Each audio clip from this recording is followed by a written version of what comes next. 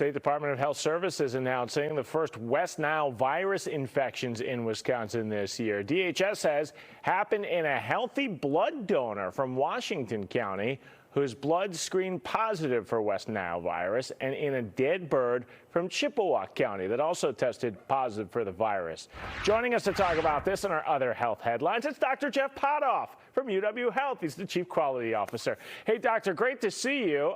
You know what really surprised me the most about this news, this was detected in someone who had gone to donate their blood. I mean, is it possible that person had no symptoms? Yeah, not only possible, but more often likelier than not. So about 80% of people who come down with West Nile virus are infected with it have no symptoms whatsoever. So probably more common that this individual had no idea that they were carrying West Nile virus. What a shock to that person, I'm sure. Okay, why is the discovery of West Nile virus newsworthy? Why are we talking about this?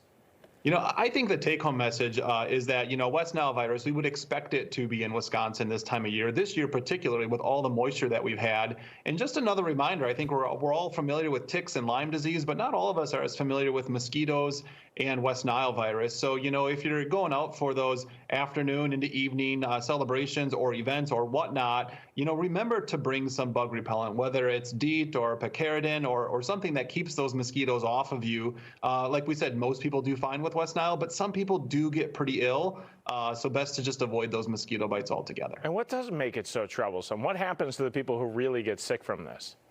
Yeah, so the people who get sick, it basically causes inflammation of the brain, and you can get an encephalitis, almost like a meningitis. Typically affects those who are older, so over the age of 65, those who have immune compromising conditions and more at risk. But for that select few, very small number of people who get West Nile, be very dangerous. Also a great commercial to go donate your blood, because they're going to find things and make sure you're doing okay. They're going to actually test that for you, so that's good to know. Hey, let's switch gears here. We got bad news for us millennials, or if you're a Gen Xer out there.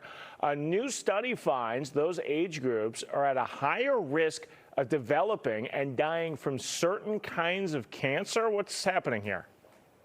Yeah, so, not great news, but we're finding that in millennials, Gen Xers, there's 17 cancers that we're seeing at a little bit higher frequency at a younger age than we found in generations past.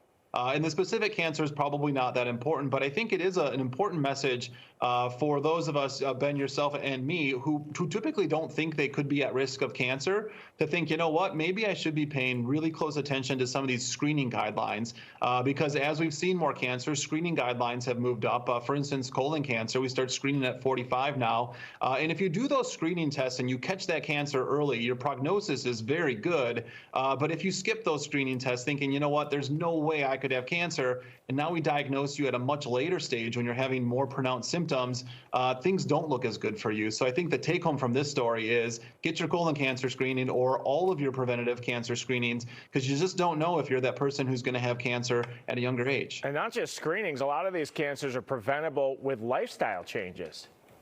You're absolutely right. I think, as much as we talk on this show about, healthy diet, exercise, things like that, it absolutely plays into this. The healthier we are, the less likely we are to get cancer later in life. All right, millennials, let's get our act together, get to the gym and eat better.